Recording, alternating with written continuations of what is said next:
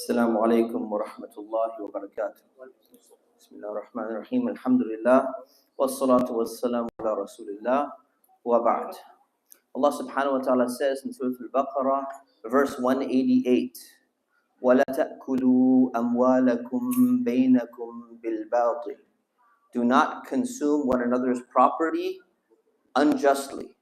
وَتُدْلُوا بِهَا إِلَى الْحُكَّامِ لِتَأْكُلُوا فَرِيقًا مِّنْ أَمْوَالِ النَّاسِ بِالْإِثْمِ وَأَنْتُمْ تَعْلَمُونَ. And do not bribe people in power or bribe judges so that you can use that to unlawfully take other people's money, and meaning that's wrong.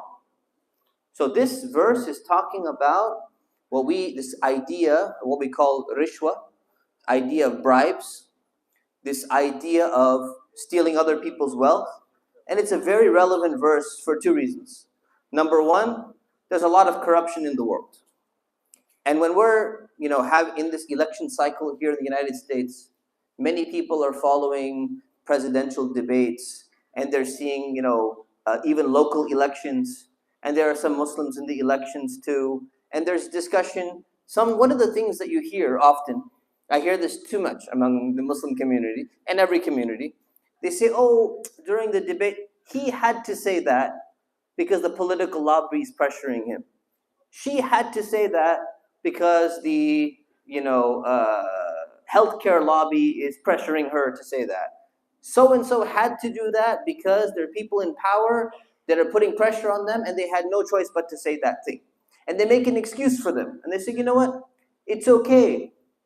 It's okay to do that because in order to be in a position of authority and power, you have to make compromises. And you have to play the game of politics. And you have to do this and you have to do that. And on the local level, the same thing.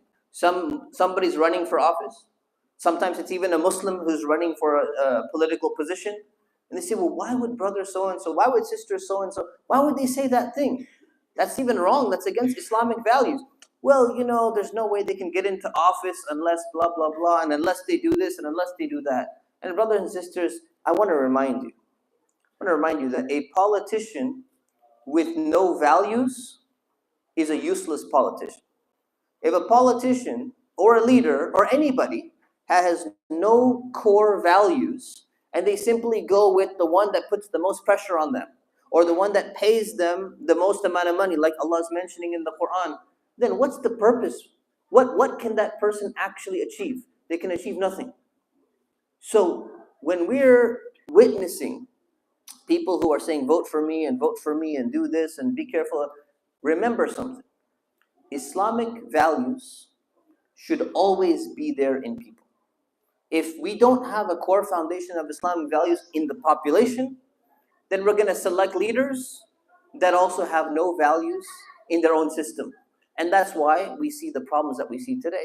Because Allah subhanahu wa ta'ala was reminding us, don't go into this idea of bribes. Don't be influenced to the wrong way for the wrong reasons unjustly. We ask Allah subhanahu wa ta'ala to make us people of sincerity. We ask Allah subhanahu wa ta'ala to make us people with real values. And we ask Allah subhanahu wa ta'ala to make us select and choose and support people who have true values. Ameen wa sallallahu ala sayyidina Muhammad wa ala alihi wa sahbihi wa sallam. Assalamu alaikum. Please show us those people who has the value. I'm also looking.